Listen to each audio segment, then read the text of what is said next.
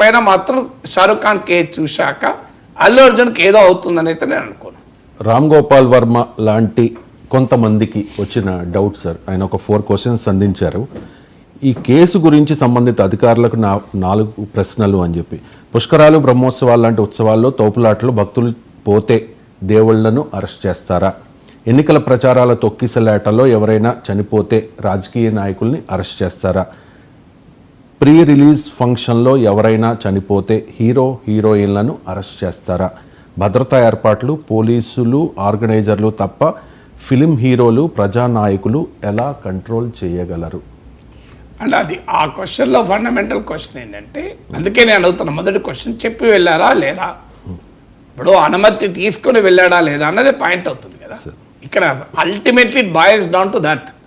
ఇప్పుడు నిన్న ముఖ్యమంత్రి రేవంత్ రెడ్డి ఆస్తకి ఇచ్చిన ఇంటర్వ్యూలో ఆ అనుమతి లేదు అని మాట్లాడారు. పోలీసులు కూడా అనుమతి లేదంటున్నారు, వద్దని చెప్పినా వెళ్ళారని.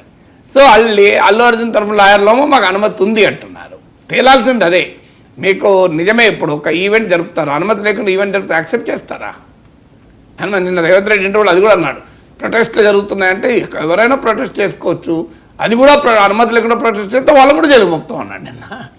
అందువల్ల ప్రొటెస్ట్ మీకు ఈవెన్ ఫిలిం రిలీజ్ అయినా, ఇప్పుడు రామ్ గోపాల్ వర్మ అన్న దాంట్లో ఇంకో పాయింట్ కూడా ఉంది. ఆయన పుష్కరాలతో మొదలుపెట్టాడు. అంటే దేవుళ్ళు ఆర్గనైజ్ చేయరు కదా ఈవెంట్లు మనుషులు కదా ఆర్గనైజ్ చేసేది.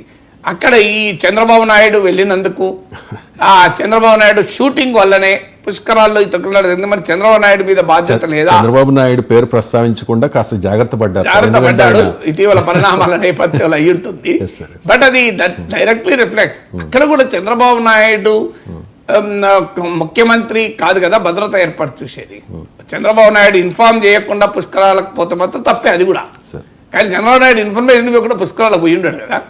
సో ఒక ముఖ్యమంత్రి ఒక ప్లేస్కి వెళ్తే అవసరమైన భద్రత చూడాల్సింది అధికారులు అవుతారు తప్ప ముఖ్యమంత్రి కాదు కదా.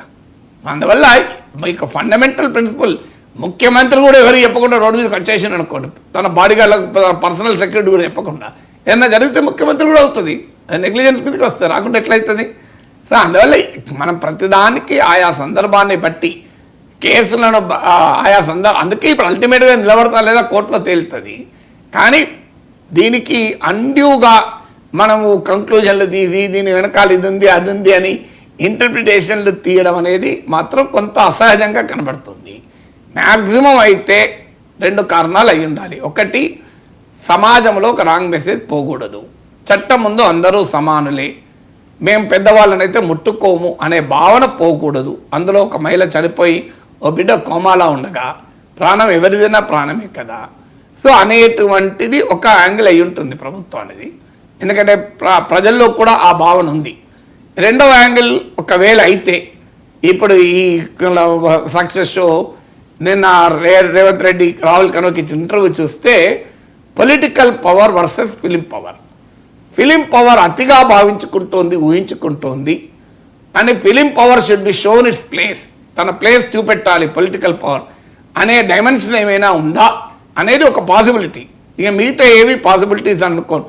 చంద్రబాబు నాయుడు చేయించాడనో, సోనియా గాంధీ చేయించింది, పవన్ కళ్యాణ్ చేయించాడు, ప్రశాంత్ కిషోర్, ఇవన్నీ అర్నబ్ గోస్వామి లాంటి వాళ్ళకి పైత్యం ఎక్కడ దాకా పోయింది ఇంతకుముందు చెప్పాను కదా. హిందూయిజాన్ని ఓన్ చేసుకున్న ఎవరిని వదలదు సోనియా గాంధీ అని చెప్పి అక్కడి దాకా వెళ్ళి ఆయన సిద్ధాంతాలు చెప్తే ఏమైనా అర్థం ఉంటుందా దీంట్లో? ఈ